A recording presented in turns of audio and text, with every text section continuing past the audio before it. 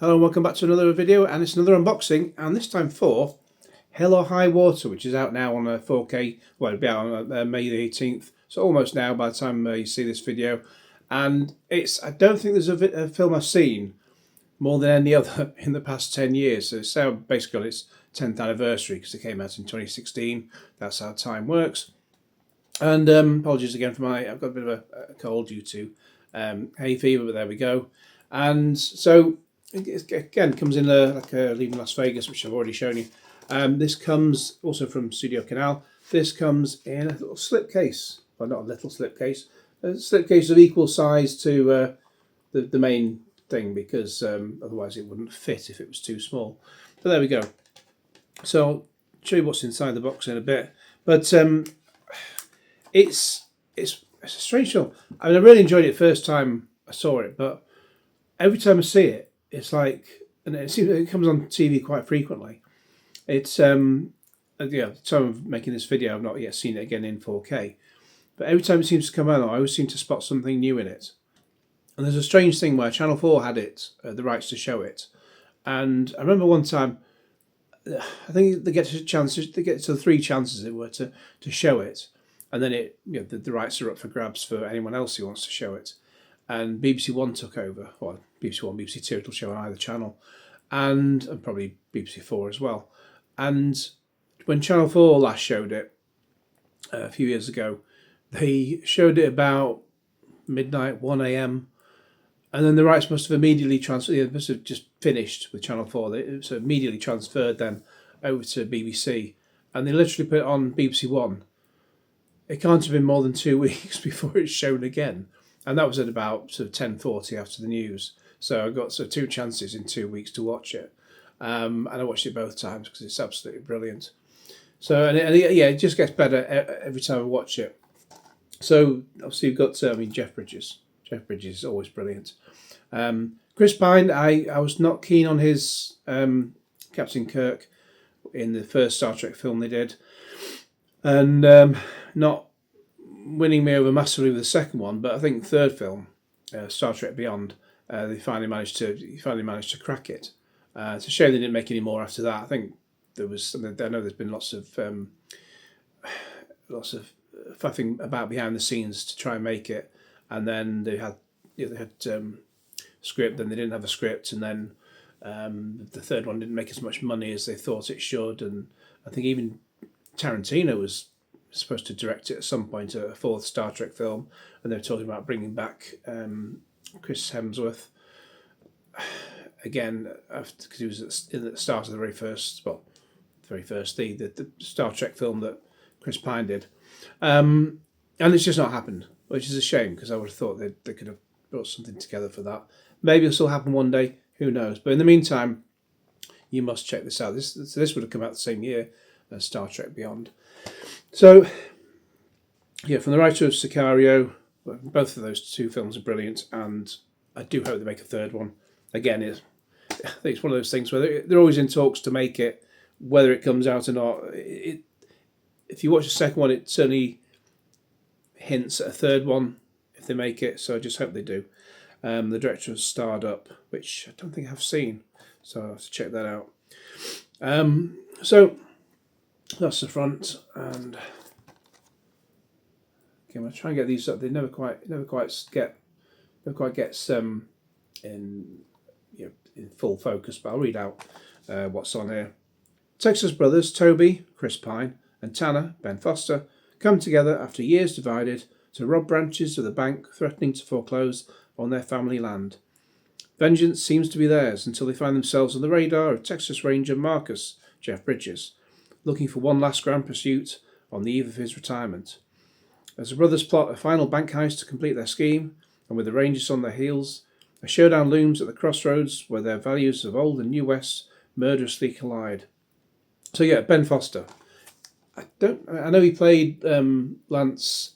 What's his surname? The cyclist who was banned for drugs. The only Lance I can think of right now is Lance Henriksen, which is certainly not him. Lance, anyway, you know the one.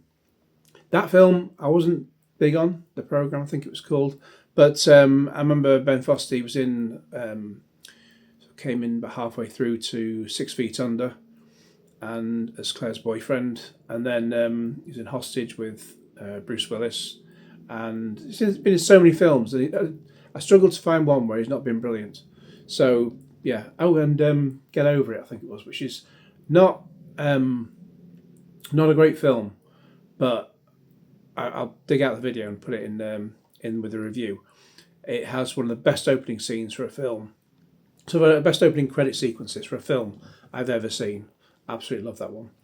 But a special shout out, especially with this film, goes to a lady who's passed away since in 2018, called Margaret Bowman, who, when you sort of look her up on IMDb, she sort of comes up now and again in sort of small roles, but when she takes the roles, she absolutely dominates.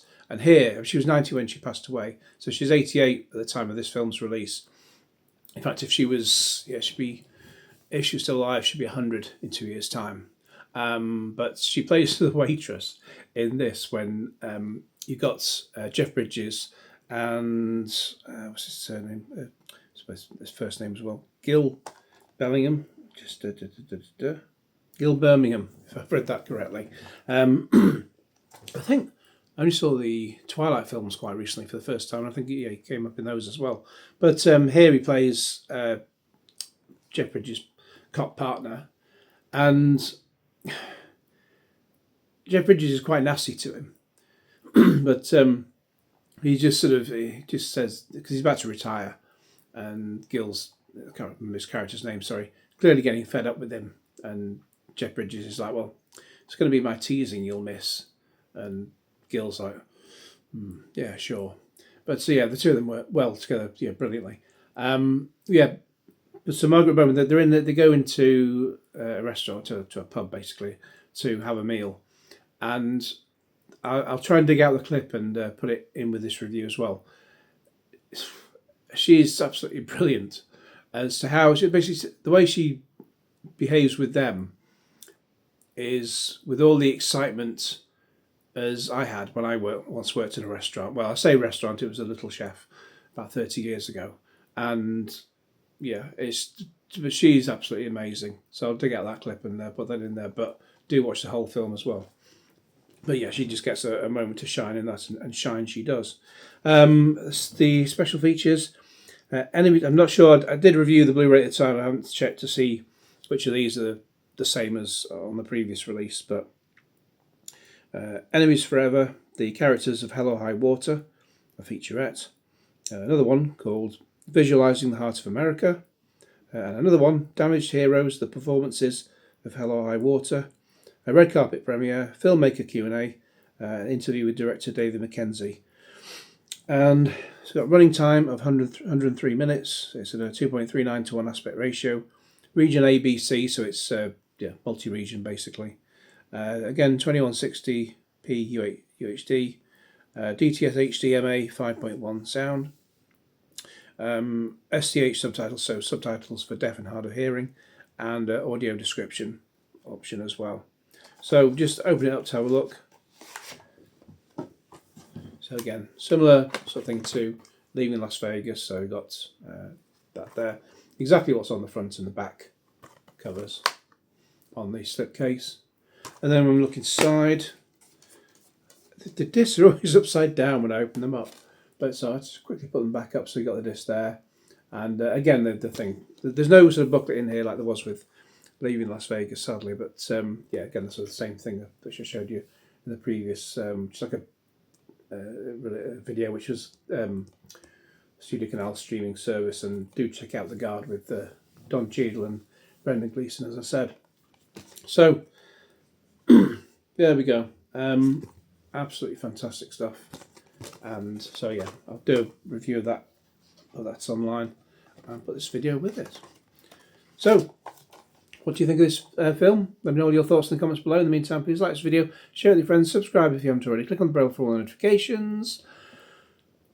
Shall we cue Genesis again? Yeah, cue Genesis.